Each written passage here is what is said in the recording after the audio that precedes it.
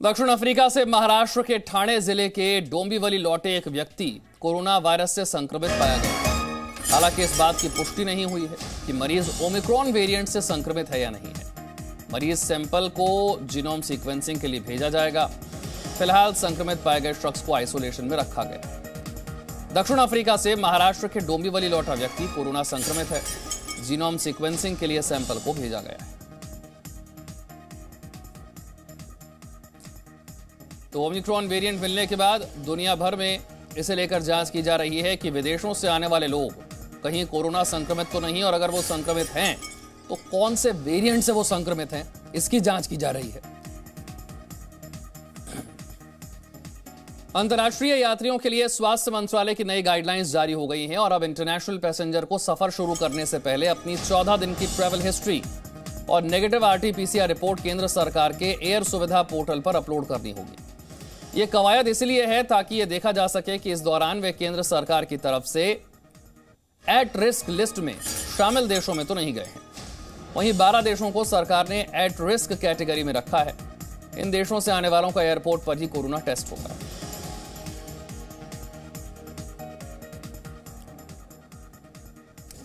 और अब बात करते हैं कोरोना के नए वेरिएंट ओमिक्रॉन की। महाराष्ट्र सरकार इस नई मुसीबत को लेकर परेशान है।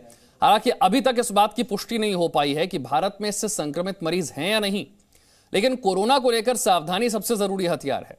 यही वजह है कि महाराष्ट्र से लेकर दिल्ली तक आपात बैठकों का दौर जारी है।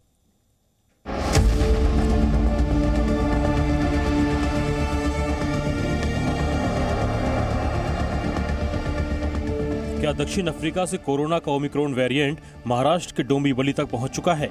इस सवाल ने महाराष्ट्र सरकार की नींद उड़ा रखी है। तमाम निर्देश दिए जा रहे हैं।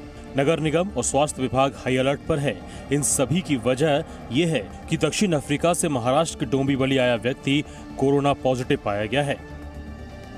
डोंबिवली स्वास्थ्य विभाग की प्राथमिक जाँच के मुताबिक मरीज के सैंपल जीनोम सीक्वेंसिंग के लिए भेजे जाएंगे और रिपोर्ट मिलने के बाद ही यह स्पष्ट होगा कि ये व्यक्ति ओमिक्रॉन वेरिएंट से संक्रमित है या नहीं। फिलहाल इस मरीज को नगर निगम के आइसोलेशन रूम में रखा गया है। नगर निगम के स्वास्थ्य अधिकारी के मुताबिक मरीज के भाई की रिपोर्ट नेगेटिव आई है और अब उसके परिवार के अन्य सदस्यों की जांच की जाएगी। ओमिक्रॉन वेरिएंट के खौफ के बीच स्वास्थ्य मंत्रालय ने विदेश से आने वाले लोगों के लिए गाइडलाइंस को रिवाइज किया है। नई गाइडलाइंस 1 दिसंबर से लागू होगी। इसके मुताबिक अब यात्रियों को अपने पिछले 14 दिनों की यात्रा की जानकारी देनी होगी। यात्रा शुरू करने से पहले एयर सुविधा पोर्टल पर कोरोना वायरस की नेगेटिव RT-PCR जाँच रिपोर्ट अपलोड करना अनिवार्य होगा। जो यात्री ओमिक्रॉन प्रभावित देशों से आएंगे उनकी एयरपोर्ट पर ही कोरोना जाँच होगी और वहीं उन्हें रिपोर्ट का इंतजार करना होगा। यदि रिपोर्ट नेगेटिव आती है तो उन्हें 7 दिन के लिए घर में क्वारंटीन रहना होगा। 8वें दिन दोबारा जांच होगी और यदि रिपोर्ट नेगेटिव आती है तो अगले 7 दिन तक खुद निगरानी करनी होगी।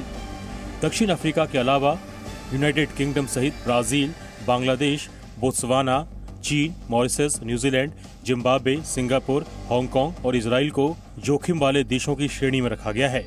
इन देशों में पहले ही ओमिक्रॉन के केस सामने आ चुके हैं। ओमिक्रॉन को लेकर केंद्रीय गृह सचिव की अध्यक्षता में रविवार को आपात बैठक की गई। हालात को देखते हुए कमर्शियल अंतर्राष्ट्रीय यात्री सेवाओं को फिर से शुरू करने के लिए तय तिथि की फिर समीक्षा की गई। सरकार के सामने चुनौती ये है कि कोरोना के ओमिक्रॉन वेरिएंट से संक्रमित एक भी व्यक्ति भारत के किसी भी हिस्से में न जाने पाए। मुंबई से राकेश त्रिवेदी के साथ ब्यूरो रिपोर्ट, जी मीडिया, दिल्ली। दुनिया के अलग अलग देशों तक कोरोना का नया वेरिएंट पहुंच रहा है। अब नीदरलैंड में भी ओमिक्रॉन के 13 मामलों की पुष्टि हो गई है। ऑस्ट्रेलिया में भी ओमिक्रॉन के 2 केस मिले हैं। ब्रिटेन में भी ओमिक्रॉन का 3रा मामला पाया गया है। इटली में ओमिक्रॉन के 1 मामले की पुष्टि हो गई है। इजराइल में विदेशी नागरिकों की एंट्री पर बैन लगा दिया गया है। मोरक्को ने दुनिया भर से आने वाली उड़ानों पर रोक लगाने का फैसला कर लिया है। तो दुनिया के अलग अलग देशों तक पहुंच रहा है कोरोना का यह नया वेरिएंट ओमिक्रॉन, और इसे लेकर अलग अलग देश अपनी तरफ से सख्त कदम भी उठा रहे हैं। मोरक्को ने दुनिया भर से आने वाली उड़ानों पर रोक लगा दी है।